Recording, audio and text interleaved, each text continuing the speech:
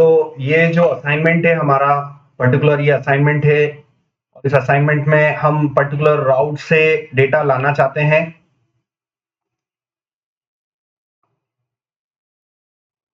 ये हमारा असाइनमेंट हम अचीव कर रहे हैं।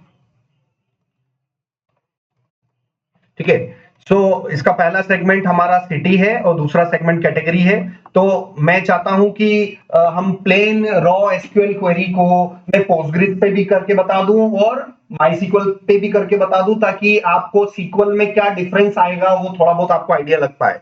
तो पोस्टग्रिस इंस्टॉल करने के लिए मैंने पोस्टग्रिस पोस्टग्रिस इंस्टॉल करने के लिए हमने पोस्टग्रिस डाटाबेस इंस्टॉल किया था, और उसके साथ साथ में उसका GUI हमने इंस्टॉल किया था पीजी एडमिन।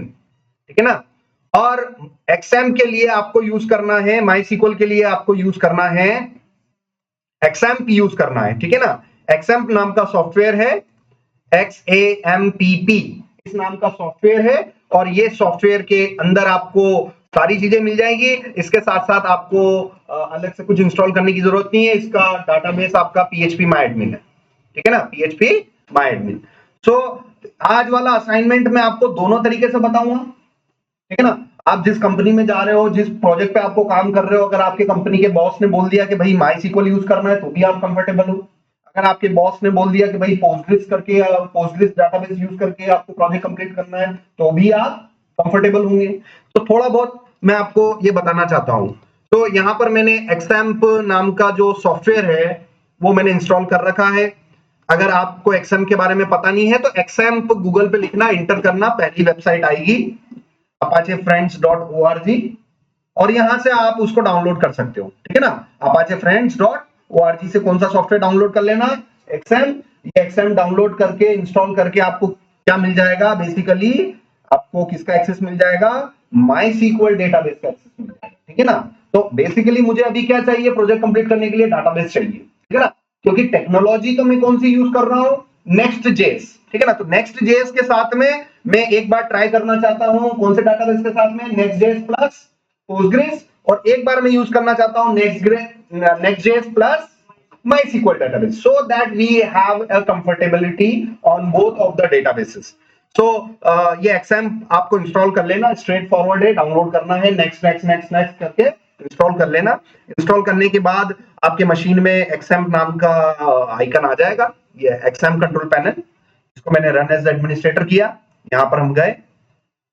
ठीक है, यहां पर हम गए और ये देखिए यहां पर एक सर्विस है MySQL, ये बैकग्राउंड सर्विस है। इसको मैं यहां चला देता हूं। अब ये सर्विस कहीं ना कहीं तो चल रही होगी, तो भाई सर्विसेज देखने के लिए क्या करते हैं हम, services.msc है ना, विंडो R services.msc।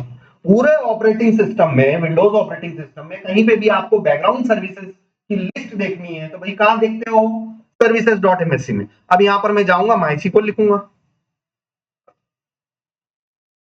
ठीक है ना, इसको मैं थोड़ा सा अरेंज कर लेता हूं, ये अल्फाबेटिकल ऑर्डर में अरेंज हो गया है। अब देखो पोस्टग्रिस लिखूं तो पोस्टग्रिस की सर्विस चल रही है, और एम की सीरीज में जाऊं तो कहीं ना कहीं मुझे MySQL की सर्विस भी शायद देखने को मिल जाए, शायद मिल जाए, क्योंकि MongoDB की भी सर्विसेज यहाँ पर आज नहीं तो कल आपको MongoDB भी आप इंस्टॉल करोगे तो भी सर्विसेज आप कहां से देखोगे, यहीं से देखोगे। अब मैं MySQL थोड़ा MySQL की सर्विसेज यहाँ पर नहीं देखने को मिल रही है। मैं कंफर्म कर लेता हूं माइक्रोसॉफ्ट और MySQL की सर्विसेज मुझे देखने को नहीं मिल रही है। इसका मतलब MySQL वो यहीं से बैकग्राउंड में चल रहा है। ठीक है ना, तो बस इतना पता होना चाहिए कि MySQL की सर्विस चल रही है, वो कंफर्म इसके ग्रीन बॉक्स से कर देना। अगर ये ग्रीन में आ रहा है और यहाँ पर कोई एरर नहीं है, इस जगह पर रेड नहीं है, इसका मतलब आपका डाटाबेस बैकग्राउंड में चल रहा है। ठीक है ना, चल रहा है। ये रहा शेल, ये मैंने आपको बताया था। अब ये शेल प्रॉम्प्ट है, फटाफट इसमें गए, MySQL -u root -p inter inter, ये देखो आ गए हम डाटाबेस के अंदर। और सारी एसक्यूएल की कमांड्स, भाई शो डेटाबेसेस, खूब सिखाया ना आपको। ठीक है ना, शो डेटाबेसेस, ये रहे हमारे पास इतने सारे डेटाबेसेस। ठीक है ना, अब मुझे कौन सा डाटाबेस बनाना है, जस्ट डायल वाला बनाना है, जस्ट डायल के प्रोजेक्ट पे काम कर रहा हूं, तो create database just dial underscore dB नाम का डेटाबेस बना लिया। है ना। ये डाटाबेस बनाना, डिलीट करना, ये अंदर जाना, टेबलें बनाना, भैया स्टार्टिंग की 10-15 क्लासेस तो खूब मैंने सीक्वल करवाया है, और वो नहीं कर रखा है तो अभी हम आगे नहीं बढ़ पाएंगे। तो यहां पर मैं use just dial underscore dB और ये किया, और जस्ट डायल DIAL, ठीक है ना। और यहां पर देखो शो टेबल्स, ये देखो ये जस्ट डायल डेटाबेस के अंदर एक भी टेबल अवेलेबल नहीं है। अब ये टेबलें बनाने का काम कौन करेगा, ये हमारा प्रिज्मा करेगा। तो मैं अपने प्रोजेक्ट को ओपन कर लेता हूं, ये रहा मेरा प्रोजेक्ट, ठीक है, ये रहा मेरा प्रोजेक्ट। और इस प्रोजेक्ट को मैं कोड डॉट किया मैंने, ताकि मैं इसके VS कोड एडिटर में ओपन कर लूं। ये ओपन हो गया। अब अपने को जाना है किसमें, .env में। अब ये डाटाबेस कांस्टेंट कुछ मत करो, इसी का एक वो डुप्लीकेट कर लो, क्योंकि टेस्टिंग करनी है अपने को। आधी टेस्टिंग अपन पोस्टग्रेस के साथ करना चाहते हैं, आधी टेस्टिंग अपन MySQL के साथ में करना चाहते हैं। तो भाई एक टाइम एक कांस्टेंट को कमेंट कर दो, एक डाटाबेस कांस्टेंट जो कि किसके लिए होगा, पोस्टग्रेस के लिए होगा, और दूसरा बेस जो है उसको एक्टिव रखना है, और वो किसके लिए होगा, MySQL के लिए होगा। तो MySQL कॉलन, ये पहला पार्ट किसके लिए होता है, यूजर नेम। यूजर नेम क्या है, रूट। पासवर्ड क्या है, कुछ भी नहीं, एम्प्टी लोकल होस्ट। और पोर्ट नंबर MySQL का क्या होता है, 3306। Very good. नहीं पता तो एक्सएम में जाके ये देखो पोर्ट नंबर, ठीक है ना। सो MySQL यहाँ पर 3306 पर है, तो 3306 just dial underscore dB, database का नाम तो वही है। सेव किया, यहां पर गए, टर्मिनल पर गए, और npx प्रिज्मा यहां पर मैं इनिट कर लू एक बार, npx प्रिज्मा इनिट, ठीक है ना। ये फोल्डर ऑलरेडी बता रहा है, ठीक है। उसके बाद हम करेंगे npx प्रिज्मा जनरेट में कर लू एक बार, ठीक है ना। ये सारी प्रोसेसेस हैं जो हमें फॉलो करना पड़ेगा। ये देखो मैंने प्रिज्मा क्लाइंट जनरेट करवा दिया। अब फाइनली मैं क्या करता हूं, मैं माइग्रेट करता हूं, npx Prisma migrate dev dash dash name, और यहां पर माइग्रेशन फाइल का नाम कुछ भी दे सकते हैं। मैंने माइग्रेशन फाइल का नाम, मेरा नाम देखिए अनिल, तो अनिल नाम की माइग्रेशन फाइल में बनाऊंगा। ये जैसे इंटर करेंगे तो यहां पर आप देखना इस माइग्रेशन फाइल में ये लास्ट में ये पूरा टाइम स्टाम्प होगा, लास्ट में अंडरस्कोर के बाद जो आप नाम यहां दोगे वो नाम यहां आ जाएगा, मतलब उस नाम से माइग्रेशन फोल्डर बन जाएगा, ठीक है ना।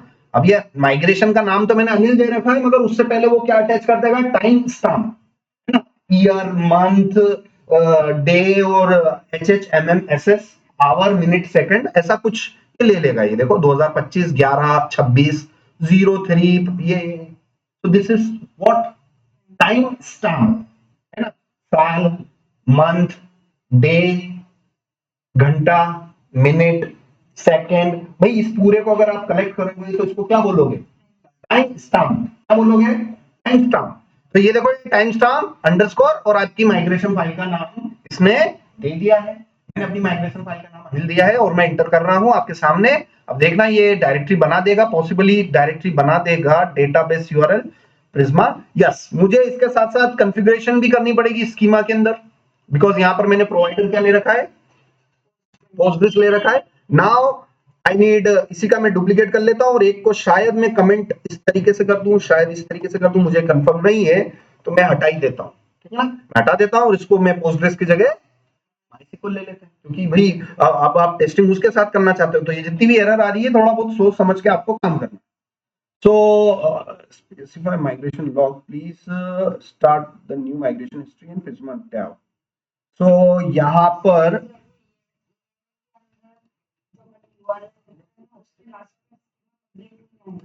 अच्छा ये देख लेते हैं, तो सेव किया, यहां पर गए, शायद अब ले लें।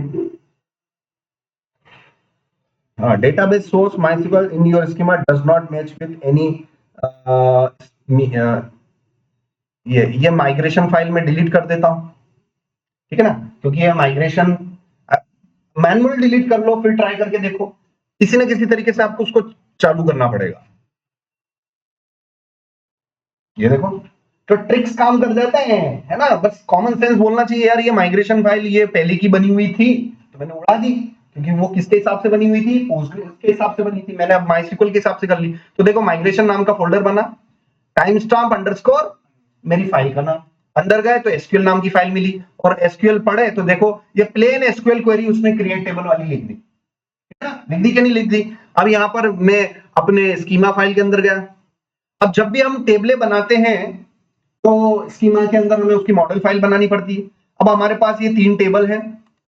मैंने आपको क्या बोला था कि जब हम इनर ज्वाइन करते हैं तो सेम कॉलम नेम अगर किसी टेबल के होते हैं तो इनर ज्वाइन में वो थोड़े कंफ्लिक्ट करते हैं। क्या करते हैं, कंफ्लिक्ट करते हैं। तो बेटर है कि इनको, इनके नाम ही हम थोड़े से सिस्टमेटिकली कर ले। इसको मैं बोल दूं city underscore ID, city table में कौन सा कॉलम होगा, सिटी आईडी, ठीक है ना। और यहाँ पर सिटी अंडरस्कोर नेम, ठीक है ना। तो ये मैंने ले लिया। यहाँ पर हम गए कैटेगरी को, मैंने यहाँ पर कैट अंडरस्कोर आईडी ले लिया, ठीक है ना। ये मैंने कैट अंडरस्कोर आईडी ले लिया और उसको हम कैटेगरी अंडरस्कोर नेम ले लिया। और यहाँ पर हमने बिजनेस आईडी को जगह मैंने बी आईडी दे दिया, और यहाँ पर हमने बी नेम दे दिया, business name, business underscore name. और यहाँ पर कॉलम नेम हमेशा स्मॉल लेटर में। और कैट आईडी से कैट आईडी मैच हो जाएगा, सिटी आईडी से सिटी आईडी मैच हो जाएगा। सिस्टमेटिकली हमने करी है, टू डू की हमें जरूरत नहीं है। तो यहाँ पर मैं T I D, to do I D और टू डू टाइटल वॉटेवर ये मैंने सेव किया। अब मैंने स्कीमास के अंदर चेंज कर लिया है। तो यहाँ पर आप अपने अपाचे को चालू करो, क्योंकि अगर GUI चालू करना है, माइस्क्ल का GUI कौन सा है, PHP MyAdmin, जिसको मैं शॉर्ट फॉर्म में बोलता हूँ भाई PMA। क्या बोलता हूँ, PMA, PHP MyAdmin। हम शॉर्टकट में बोलते हैं, ऑफिस में मैं बोलता हूँ भाई PMA इंस्टॉल करो, ये करो। स्टाफ वालों को पता है सर शॉर्टकट में बात कर रहे हैं तो ये क्या बोल रहे हैं, ठीक है ना। तो भाई मैं क्या, मुझे अगर PMA एक्सेस करना है, PMA मतलब PHP MyAdmin एक्सेस करना है, तो मेरे को क्या चालू करनी पड़ेगी, अपाचे की सर्विस चालू करनी पड़ेगी। फिर मुझे अपने ब्राउजर में जाना पड़ेगा, नया टैब खोलना पड़ेगा, और local host colon local host slash PHP MyAdmin में गए। तो मैं इस ब्लैक टर्मिनल की बजाय ज्यादा कंफर्टेबल लेक्चर के दौरान GUI में हूं, क्योंकि मैं उधर अपना टाइम वेस्ट होता है, ठीक है ना। तो यहाँ पर आप जाइए, जस्ट डायल, ये देखो बन गई सारी टेबलें बन गई, माइग्रेशन फाइल्स आ गई, टू डू सिटीज। अब देखो ये बन गए ना कॉलम सारे के सारे। अब मैंने तो स्कीमा के अंदर चेंजेस कर दिए, मैंने स्कीमा के अंदर चेंज कर दिया। अब ये चेंजेस दोबारा मुझे उधर सिंक करना है। सिंक करने का मतलब समझते हो, एक जगह की चीज दूसरी जगह मैच होनी चाहिए। सिंक, सिंक मतलब जो यहाँ है वो के वो यहाँ पर भी है, जो यहाँ है वो यहाँ है। इसको क्या कहते हैं, सिंकिंग करना, ठीक है ना। तो मैंने स्कीमा के अंदर चेंज कर दिया, मगर ये चेंजेस अभी डाटाबेस पे रिफ्लेक्ट नहीं हुए हैं, तो हम उसको पुश करेंगे, है ना। npx prisma db पुश, ठीक है ना। ये कमांड चलाते ही npx prisma db पुश, इस पुश से क्या होगा, स्कीमा फाइल को पढ़ेगा और उस हिसाब से आपके वो जो भी चेंजेस करने हैं वो कर देगा। हालांकि अभी मेरे पास रिकॉर्ड्स नहीं है, इसलिए कोई टेंशन वाली बात नहीं है। ये देखो इसमें सिंक कर दिया। अब जाके इसी टेबल को दोबारा रिफ्रेश करो, देखो पूरा चेंज कर दिया उसने। कैट आईडी ले लिया, सिटी आईडी ले लिया, कैटेगरी ले लिया, ये ले लिया, वो ले लिया, ठीक है ना। और देखो यहाँ पर तो स्कीमा इस तरीके से बनी हुई है, ठीक है ना। तो वो और यहाँ पर ऐसे बन गई। तो ऐसा, अगर ऐसा आपको लगे कि सर ये आगे पीछे जा रहा है, तो कुछ नहीं, मैं शॉर्ट ट्रिक बता रहा हूं। आप डाटाबेस पे जाओ, सारी टेबलों को चेक ऑल करो, डिलीट कर दिया डिलीट, मैं ट्रिक बता रहा हूं। फिर माइग्रेशन में गए, माइग्रेशन मैंने डिलीट किया, वापिस से गए, अनिल वाली फिर से बना ली, ये बन गई। और दोबारा आप जाओगे जस्ट डायल डाटाबेस को, सारी बन गई। अब आपका ऑर्डर सिस्टमेटिकली आ गया। तो ट्रिक होती है हर चीज की काम करने की, ठीक है ना। तो ये मेरे प्रॉपर सिस्टमेटिकली आ गए हैं। अब यहाँ पर हम रिकॉर्ड्स ले लेते हैं। अब यहाँ पर मैं रिकॉर्ड्स ले लेता हूं। चलो सिटी ले लेते हैं, इंसर्ट में गया, सिटी आईडी 1, सिटी नेम हमारा क्या है, नीमच है, स्टोर किया, data truncated at created at, ठीक है ना। ये सिटी आ गया, सिटी नीमच आ गया, ठीक है ना। अब कैटेगरी में ले लेता हूं, नीमच में है भाई सॉफ्टवेयर कंपनी। तो इंसर्ट में मैं गया, कैटेगरी नेम मैंने ले लिया सॉफ्टवेयर, सॉफ्टवेयर, सॉफ्टवेयर है ना, सॉफ्टवेयर ले लिया मैंने। तो ये मैंने स्टोर कर लिया। तो सॉफ्टवेयर कंपनी, ठीक है ना, ये ले लिया। मैं चाहूं तो स्पेस भी दे सकता हूं, है ना, स्पेस भी दे सकते हैं, कोई दिक्कत नहीं। सॉफ्टवेयर स्पेस कंपनी दे दिया, ठीक है ना। उसके बाद बिजनेस, तो चलो बिजनेस स्टोर करते हैं। इंसर्ट में गए, इंसर्ट में बिजनेस नेम क्या है भाई, डॉलर इन्फोटेक। डॉलर इन्फोटेक किस कैटेगरी आईडी में है, वन, वन मतलब software company, city ID one, one मतलब हमारे हिसाब से नीमच, क्योंकि मैं जो रिकॉर्ड डाल रहा हूं मैं मेरी टेबलों के हिसाब से चल रहा हूं और मैं उस हिसाब से बात करूंगा, ठीक है ना। ये मेरे रिकॉर्ड्स स्टोर हो गए, हो गए कि नहीं हो गए। अब मैं जाऊंगा सीक्वल क्वेरी के अंदर। अब यहां पर जाके मैं W3C स्कूल्स पे जाके मैं एसक्यूएल सेक्शन में जाके मैं किसको यूज करूंगा, इनर जॉइंस को, है ना। इनर जॉइन को हमें यूज करना है, इनर जॉइन का हमें सिंटेक्स देखना है। Select star from table first, inner join table second, inner join table third, ये चीजें हम देख चुके हैं। तो यहां से select star from table first business, अब यहां पर हम क्या लिखेंगे, इनर जॉइन टेबल सेकंड। अब देखो इन्होंने बैकटिक यूज कर रखा है, तो टेबल सेकंड हमारा क्या है, सिटीज। फिर मैं क्या यूज कर लूं, inner, inner join table second, मैं बैकटिक यूज कर लूं, सिटीज कैटेगरीज ऑन बिजनेस की, ठीक है ना, बिजनेस की, बिजनेस की कौन सा कॉलम, ठीक है ना, वो सारा हम देखते हैं। बिजनेस का कौन सा कॉलम किस टेबल के किस कॉलम से मैच होना चाहिए, ये अब ये यूनी है, सोचना पड़ेगा आपको, है ना, देखना पड़ेगा। ऐसा नहीं है कि भाई ये रट लिया, रटने वाली तो कोई चीज है ही नहीं भैया, आराम से उसको समझना पड़ेगा। कौन सी टेबल का कौन सा कॉलम मैच करेगा, किस टेबल का कौन सा कॉलम किससे मैच करेगा, ये चीजें आपको प्लान करनी पड़ेगी। तो देखो बिजनेस टेबल का कैटेगरी आईडी वाला कॉलम किस टेबल के, किस टेबल के कैटेगरी वाली टेबल के कॉलम से मैच करेगा, ठीक है ना। तो businesses dot cat ID should equal to categories dot cat ID, है ना, ये पहली कंडीशन हो गई हमारी। तो ये पहली कंडीशन मैंने यहां पर लिखी, on business businesses dot cat underscore ID should equal to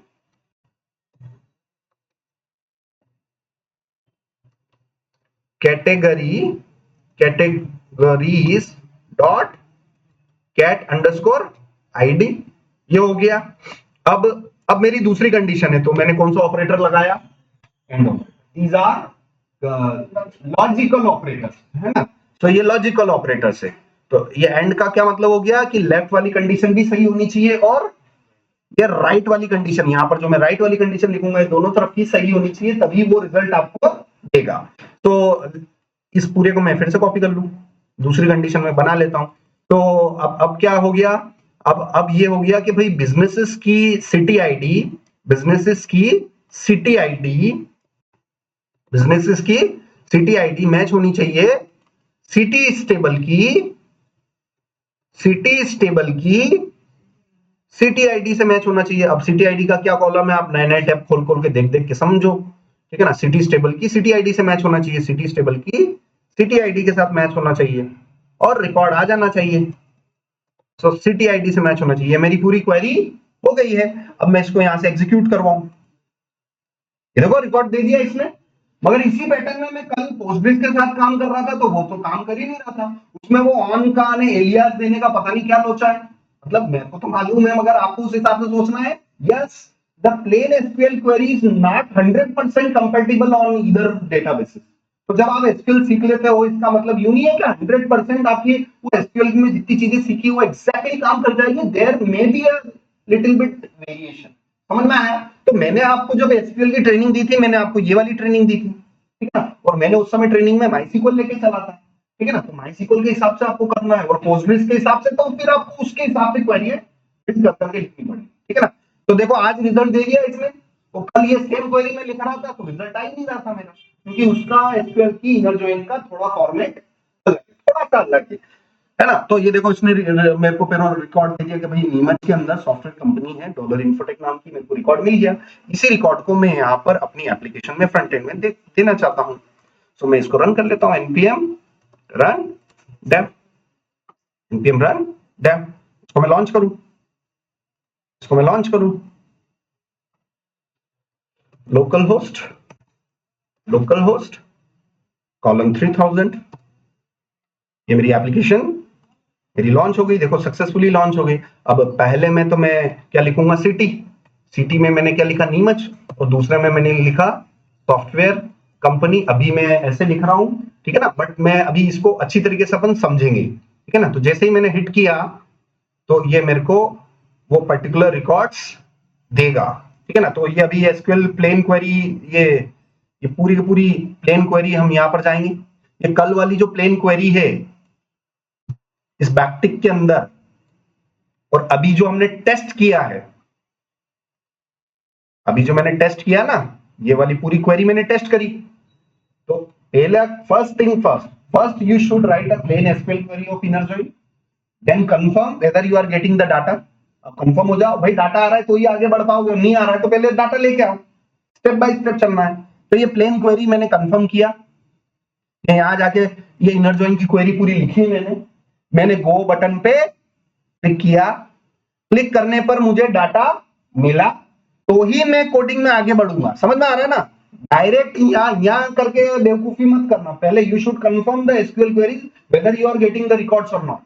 सो हमने कंफर्म कर लिया कि हाँ सर, मैंने जो इनर जॉइन की क्वेरी लिखी उसमें मैंने 3 टेबलें ज्वाइन करवाई, और ज्वाइन करते ही मुझे क्या मिल गया सर, मुझे रिकॉर्ड्स मिल गए। तो मैं इसको ये करूंगा। अब यहां पर इसी क्वेरी में थोड़ा सा और हमें वो करना पड़ेगा, क्योंकि ये सारे ये ज्वाइन डेटा आ रहे हैं। अभी आपको कंडीशनल डेटा निकालने, जैसे कि जस्ट डायल पर मैं गया, मैं एग्जांपल लेता हूं हॉस्पिटल्स का, ठीक है ना, मैं लेता हूं हॉस्पिटल्स का, ठीक है ना। तो इंदौर स्लैश हॉस्पिटल, तो इंदौर के अंदर आने वाले हॉस्पिटल्स ये दे रहा है, मगर जो आपने क्वेरी अभी लिखी है ना, उसमें आपका डेटा फिल्टरिंग नहीं हो रहा। अभी तो आपका क्या हो रहा है, सारा का सारा डेटा ज्वाइन होकर डिस्प्ले हो रहा है। अब उसमें से मुझे क्या करना है, फिल्टर करना है। तो फिल्टर में करूंगा किसकी मदद से,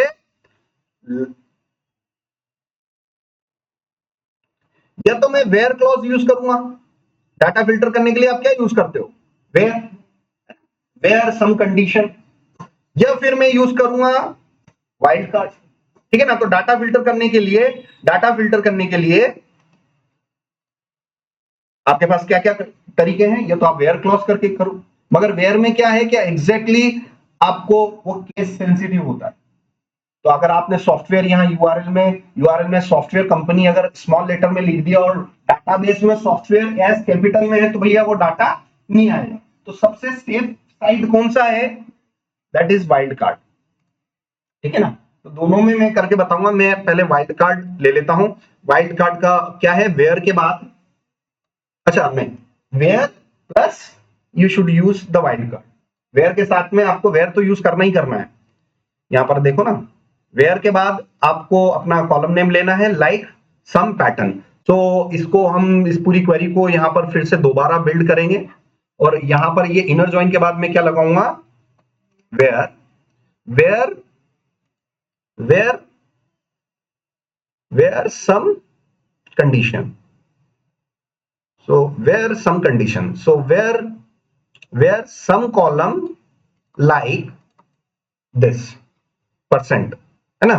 सो यहां पर मुझे क्या करना है, मुझे ये करना है कि सबसे पहले तो मैं क्या निकालना चाहता हूं कि कैटेगरी में करना चाहता हूं। तो कैटेगरी निकलेगा कैटेगरी टेबल से, वेयर, वेयर, अब यहां पर आपको लिखना पड़ेगा table name dot column name, और यहां पर इन्होंने कैसे शो कर रखा है, डायरेक्ट कॉलम नेम ले रखा है, क्योंकि ये एक ही टेबल पे काम करते हैं। ये जो इनके जो एग्जांपल है ना W3C वाले एग्जांपल के, ये सिंगल सिंगल टेबल के एग्जांपल है, बट हम अभी किसके साथ डील कर रहे हैं, 2-3 टेबलों को इनर ज्वाइन कर रहे हैं। तो उस केसेस में आपको कॉलम नेम से पहले आपको क्या लिखना पड़ेगा, टेबल नेम डॉट कॉलम, ठीक है ना। तो यहां पर जो है, यहां पर देखो table name dot column name, ये पूरी क्वेरी में अभी लिखूंगा। अभी ये पूरी क्वेरी में मैं इस नोटपैड के अंदर आपके लिए लिख देता हूं ताकि आपको दिक्कत नहीं आए। ये पूरी क्वेरी मैंने लिखी, इसी के नीचे मैं फिर वो वेयर वाली भी लिख दूंगा, ठीक है ना, तो आप देख देख के आप उसको समझ सकते हैं, ठीक है ना। तो where category, categories dot category name, categories dot categories dot the category name category underscore name, उसके बाद आएगा क्या हमारा like operator, because you can see that where some column like some value, ठीक है ना। तो यहां पर मैंने लिखा, ये तो हो गया मेरा table name dot column name. इसके बाद क्या आएगा, लाइक, इसके बाद वो मुझे वाइल्ड कार्ड देना है, तो वाइल्ड कार्ड देने के लिए इन्होंने क्या बोल रखा है कि आप ये सिंगल कोटेशन का यूज करें, तो हम भी सिंगल कोटेशन का यूज कर लेंगे। भाई देख देख के सीखना है जैसा जैसा बताया गया है। अब यहां पर मैंने क्या बताया, परसेंट परसेंट कि स्टार्टिंग में कुछ भी हो और लास्ट में कुछ भी हो, बीच में क्या होना चाहिए, सॉफ्टवेयर नाम से होना चाहिए, सॉफ्टवेयर। अब मैं पूरा भी नहीं लिखूं, सॉफ्टवेयर कंपनी भी नहीं लिखूं, मैं सिर्फ सॉफ्टवेयर लिखूंगा तो भी मुझे रिकॉर्ड मिल जाएगा, ठीक है ना। तो अब आप देखना, इस क्वेरी को मैं एग्जीक्यूट करूं, आपके सामने मैं एग्जीक्यूट करने वाला हूं, तो भी इसने रिकॉर्ड दे दिया, रिकॉर्ड दे दिया। अब सॉफ्टवेयर कंपनी के अलावा मैं कुछ और एसक्यूएल ट्रिगर करना, जैसे मैंने लिख दिया where category name like hotel, क्या मेरी टेबलों में होटल नाम की कैटेगरी है, तो क्या मुझे रिस्पॉन्स में रिजल्ट मिलेगा, नहीं मिलेगा। तो यहां पर आप देखना, देखो जीरो रिकॉर्ड मिले यहां पर, समझ में आ रहा है। तो मेरा लाइक ऑपरेटर 100% काम कर रहा है। मगर यहां पर जस्ट डायल वालों ने देखो कि इन्होंने कैटेगरी के साथ साथ ये क्वेरी किसके साथ कर रहे हैं, डाटाबेस में सिटी के साथ भी कर रहे हैं। तो यहां पर basically you have to conditions, the first condition is category name should be hospital and city name should be Indore. तो वो पूरा फिर आपको पूरी क्वेरी बिल्ड करनी पड़ेगी। इसलिए मैं बार बार बोलता हूं भाई, बैकएंड इंजीनियर चाहे पाइथन में बनना हो, चाहे जावा में बनना हो, चाहे नोड.जेएस में बनना हो, नेक्स्ट.जेएस में बनना हो, भाई सीक्वल खतरनाक लेवल पर आना चाहिए। एसक्यूएल आता है मतलब आप अगर सिर्फ एसक्यूएल आता है तो आप 80% बैकएंड डेवलपमेंट सीख गए, सिर्फ 30% 20% आपको क्या सीखना है, फ्रेमवर्क सीखना है, कोड सीखना है कि भाई इन क्वेरीज को एग्जीक्यूट पर्टिकुलर टेक्नोलॉजी में कैसे एग्जीक्यूट करवाते हैं। तो अगेन देखो, सारा एसक्यूएल का ही खेल है, और ये मैं बार बार बोल चुका हूं आपको कि भाई एसक्यूएल ही है सब कुछ। अब वेयर के बाद this is my condition first and what I can write my condition number second. तो भाई जितनी कंडीशनें चाहिए आप क्या लगाते चलो, एंड। एंड मैंने एंड में फिर से मैंने कॉपी किया, ये पूरा पूरा कॉपी कर लिया। अब मुझे कंडीशन किसकी चाहिए, सिटी, सिटी स्टेबल की, सिटी स्टेबल की कौन सा कॉलम, सिटी नेम, वो मैच होना चाहिए किसके, किससे, नीमच से मैच होना चाहिए, क्योंकि मैं मेरे रिकॉर्ड के हिसाब से काम करूंगा। ये पूरा क्वेरी लिया।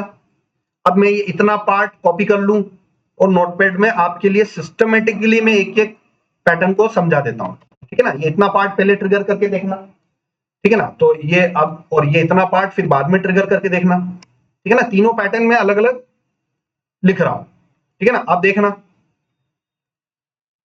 देखो रिकॉर्ड्स दे दिया इसने, और देखो ये इसने नीमच भी सिलेक्ट कर रखा है यहां पर, और सॉफ्टवेयर कंपनी भी सिलेक्ट कर रखा है।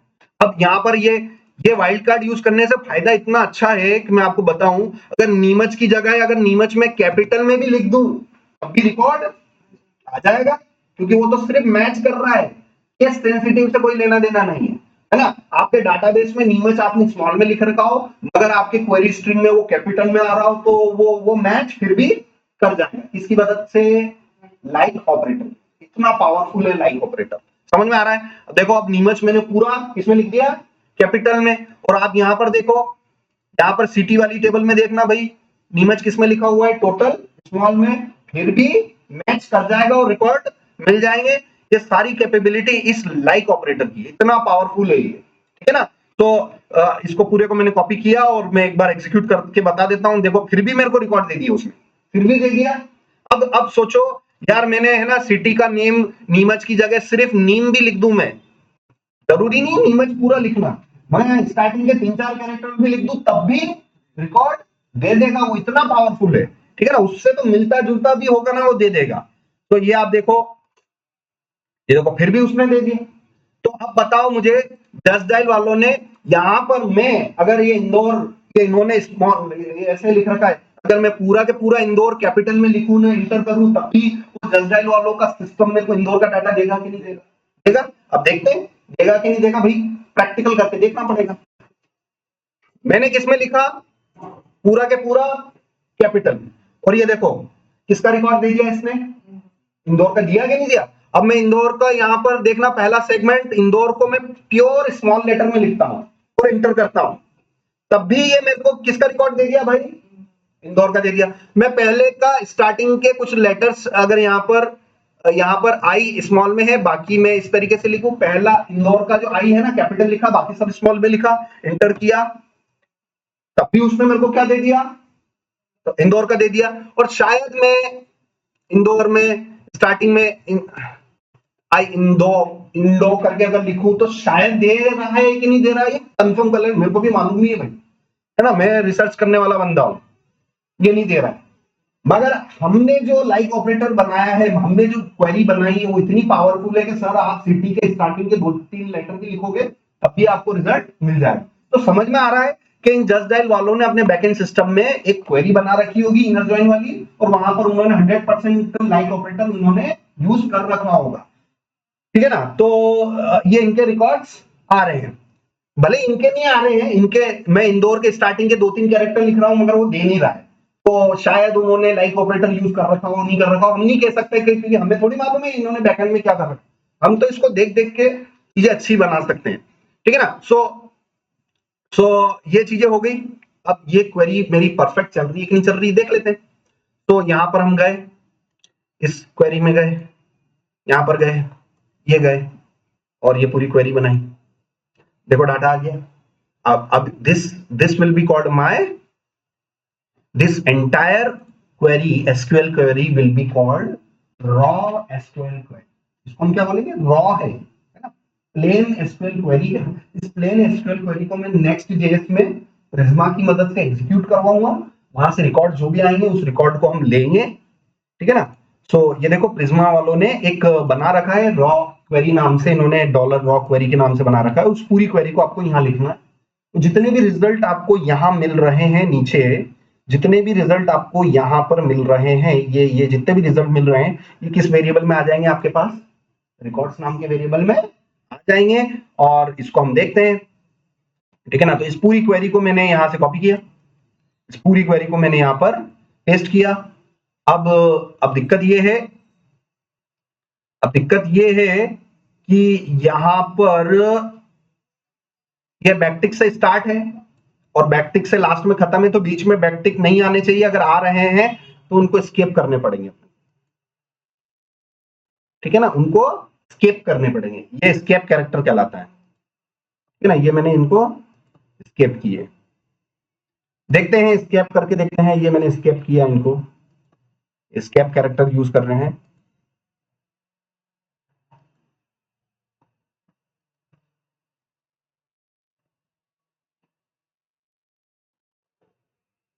वन बाय वन एरर तो जारी है, उस कैरेक्टर से पहले स्केप करना है। स्केप किया मैंने, ये स्केप किया, स्केप किया, ये रह गया। ठीक है ना? ये बैकटिक जहां पे भी है उससे पहले स्केप कैरेक्टर लगाना है, बैकटिक जहां पर भी है।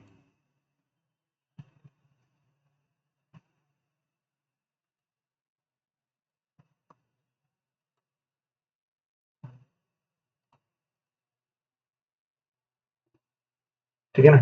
ये पूरी क्वेरी बनी, ये सारे रिकॉर्ड्स इसमें आए, और रिकॉर्ड्स आने के बाद मैं अभी इसको हटा देता हूँ, यूएलएलआई को हटा देता हूँ, और ये जितने भी रिकॉर्ड्स आ रहे हैं इनको मैं क्या करवा लूँ? प्रॉपर कंसोल लॉग करवा लो। ये प्रॉपर मैंने कंसोल लॉग करवाया। ठीक है ना? ये प्रॉपर मैंने कंसोल लॉग करवाया। देखते हैं यहाँ पर, तो यहाँ पर देखो रिफ्रेश किया मैंने,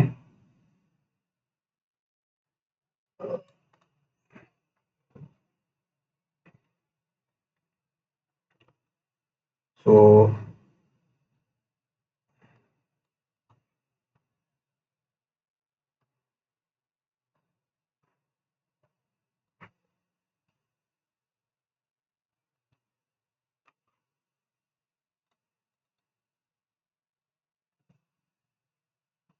received invalid response.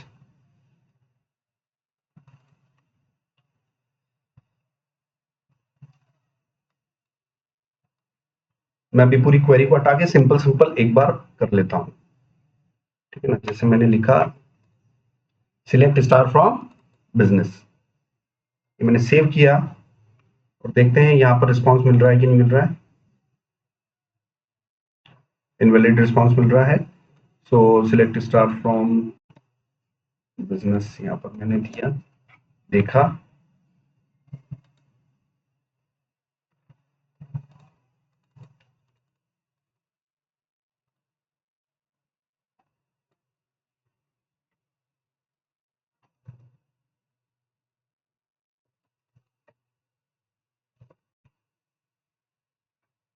ठीक है ना। प्रिज्मा की ऑफिशियल डॉक्यूमेंटेशन पे जाके हम क्या एग्जीक्यूट करने की कोशिश करेंगे, raw query. With Prisma you can type the help of query raw return the actual records. So query raw, and we are using query raw. So like select star from the table name businesses. So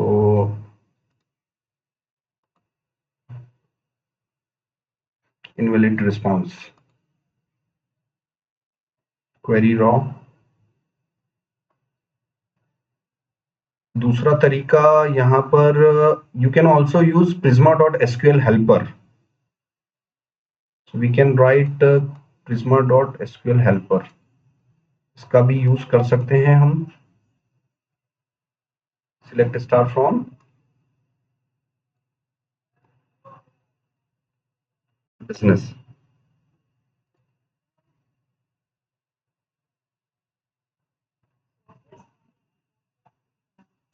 करवा रखा है ना ऊपर।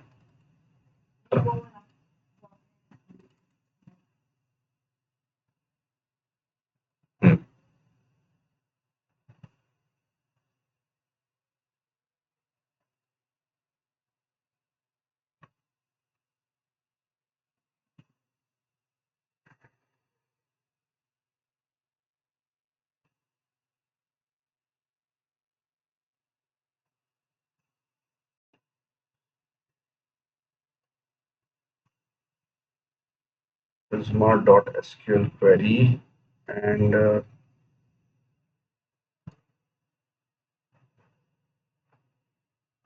received invalid response.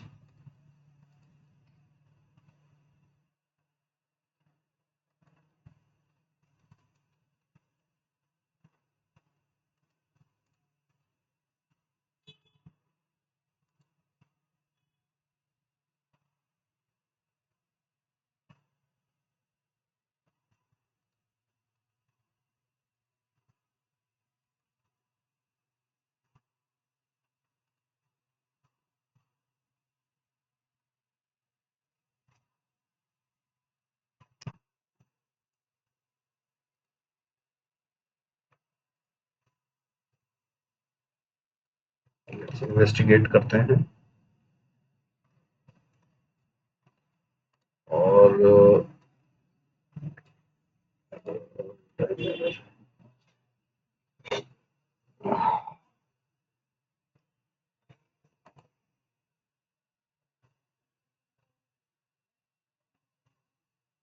you are getting the error because Prisma raw query expect a valid PostgreSQL query and your Next.js routing as runtime inside the environment does not support all database connection.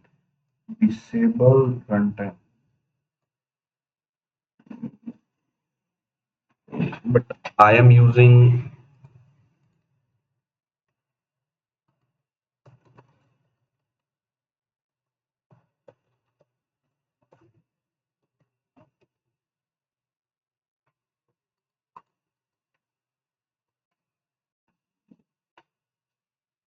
since you are using MySQL, the runtime error, force Next.js to use Node.js runtime.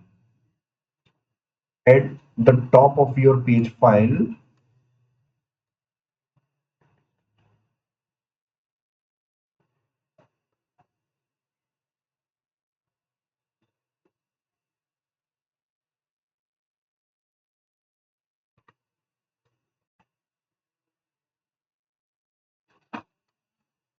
तो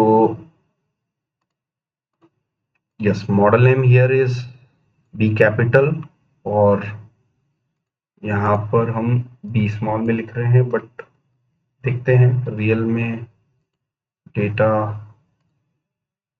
इससे कोई problem solve नहीं होगी। Businesses,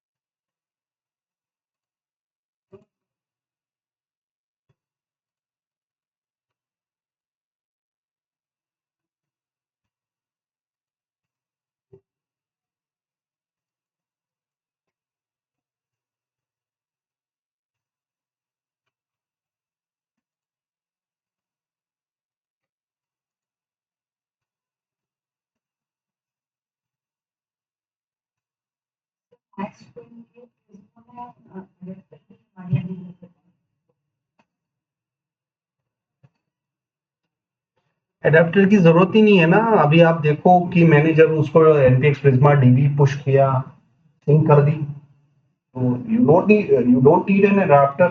Your prisma is successfully able to introspect और सारा data वो sink कर रहा है, पुल कर रहा है, तो आप कनेक्ट हो पा रहे हो सिंपल। तो एडेप्टर की जरूरत ही नहीं है ना। आपने पुश कमांड चलाई और वो सिंक कर दिया ना उसने, तो बस इसका मतलब आपका प्रिज्मा उससे कनेक्ट हो पा रहा है। तो फिर अब कौन से एडाप्टर की हमें जरूरत पड़ रही है? हमें नहीं नहीं चाहिए, सक्सेसफुली हम कनेक्ट हो रहे हैं।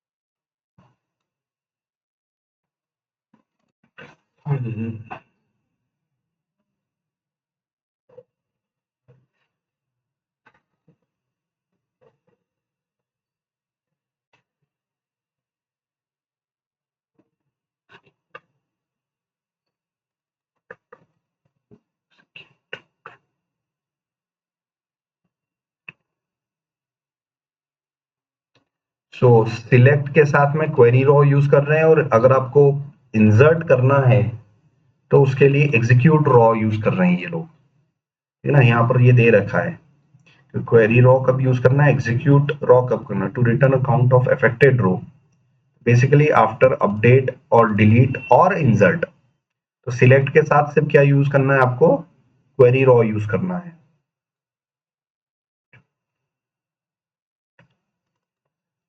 ये यूज कर लेते हैं क्वेरी रॉ अनसेव एक बार।